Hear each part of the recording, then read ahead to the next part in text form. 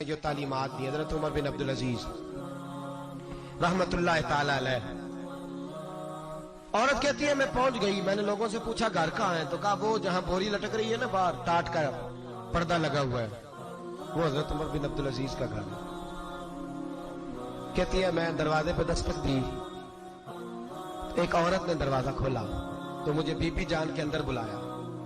تو ان کے گھر کے اندر جب میں داخل ہوئی تو بڑا سارا سین تھا, ایک جانب کنواں لگا تھا, ایک طرف ایک بڑا درخت تھا اور ایک چھوٹا سا بنائی ہوئی تھی جگہ برتن دھونے کے لیے, اور بی بی نا برتنوں کو مٹی لگا کے صابن لگا کے بیٹھی ہوئی تھی, کام کر رہی تھی وہ عورت. مجھے اس نے درخت کے نیچے بٹھایا, پانی پلایا. کیسے آئی ہو؟ میں نے کہا امیر المومنین سے ملنا ہے. کہنے لگی بیٹھو تھوڑی دیر میں آ جاتے. کہتی تھوڑی, میں نے سمجھا گھر کی کوئی ملازمہ ہے, میں بیٹھ گئی. تھوڑی دیر گزری, پھر دستک ہوئی, اس بی بی نے اٹھ کے دروازہ کھولا. تو جب وہ شخص اندر آئے تو کہنے لگی بڑی دیر سے برتنوں کو صابن لگا کے بیٹھی ہوں, کہاں رہ گئے تھے؟ کہتی ہیں وہ صاحب کہنے لگے بس ذرا مصروف ہو گیا تھا. دوڑے گئے, کنویں سے پانی نکالا, بی بی کو دیا, اس نے برتن دھوئے. کہتی ہے پھر تھوڑا سا سرکہ اور ایک رات کی روٹی وہ لائی, اس شخص نے کھائی. میں نے کہا کہ یہ دونوں گھر کے ملازم ہیں, میاں بیوی کام کرتے ہیں. جب وہ کھانا کھا چکے تو وہ عورت میرے پاس آئی, کہنے لگی اٹھ کے مل لو امیر المومنین سے. میں نے کہا کون امیر المومنین؟ تو کہنے لگی کب سے تو آئے ہیں, یہ جس نے کنویں سے پانی نکالا یہی مسلمانوں کا امیر ہے, اور یہ جس نے درخت کے نیچے بیٹھ کے سرکے سے روٹی کھائی ہے یہی امیر. یہ فرشتوں کی داستان نہیں, یہ وہ لوگ ہیں. میں رات کو بھی کہہ رہا تھا ایک جگہ پہ کہ یہ لوگ جو ہے نا جن کا آپ روز شکوہ کرتے ہیں حکومتیں بڑی خراب ہیں, یہ کوئی نہیں خراب, بالکل خراب نہیں. جتنے سیاسی لیڈر ہیں سارے صحیح ہیں. خراب وہ لوگ ہیں جو انہیں ووٹ دے کے لیڈر بناتے ہیں, بالکل خراب نہیں. میں تو ان کے حق میں ہوتا جا رہا. ناراض ہو گئے نا آپ لوگ؟ اللہ کرے تسی ہو جاؤ تو اگلے الیکشن سے سیانے بھی ہو جاؤ. آمین تو کہہ دیں. میں نے کوئی مشورہ نہیں دینا, اس لیے کہ میری نظر میں کوئی ایسا شخص نہیں جس کے لیے میں آپ سے کہہ سکوں کہ ووٹ دیں. اور ہم تو ایسی بات کریں تو کئی لوگ ناراض ہو کے چلے جاتے ہیں, لیکن کوئی پرواہ نہیں, اس لیے کہ یہ دین میرے نبی پاک کا دین صرف مسجد کا دین نہیں.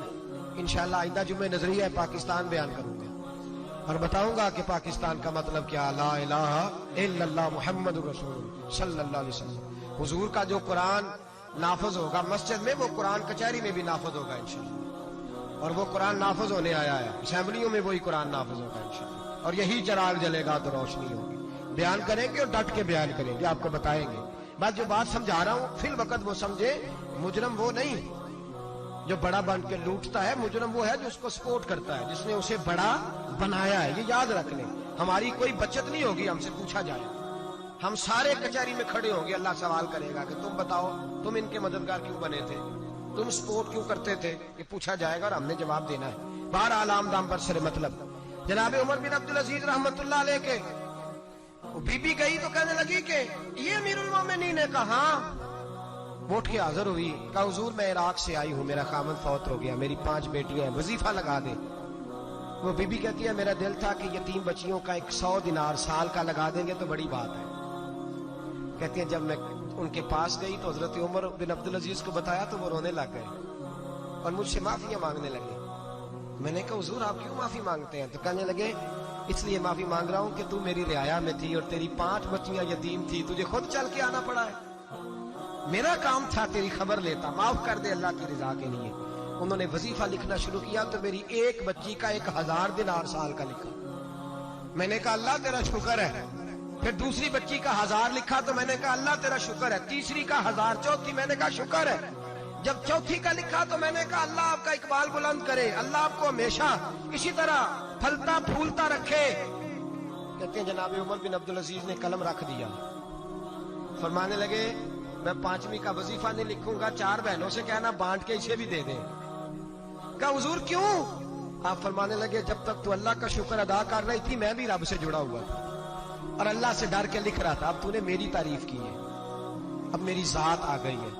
اب میں اگر یہ وظیفہ لکھوں گا تو اس سے اللہ راضی نہیں ہوگا, اس سے میرے نفس میں ریا پیدا ہوگا. اب میں 5ویں کا نہیں لکھوں گا, جا اور جا کے عراق کے گورنر کو دے. بی بی کہتی ہے میں گھوڑے پہ بیٹھی اور میں چند دنوں کے بعد عراق پہنچی. جب سویرے آ کے میں نے والی عراق کو رکا دیا تو وہ چیخ مار کے رویا. میں نے کہا کیا ہوا؟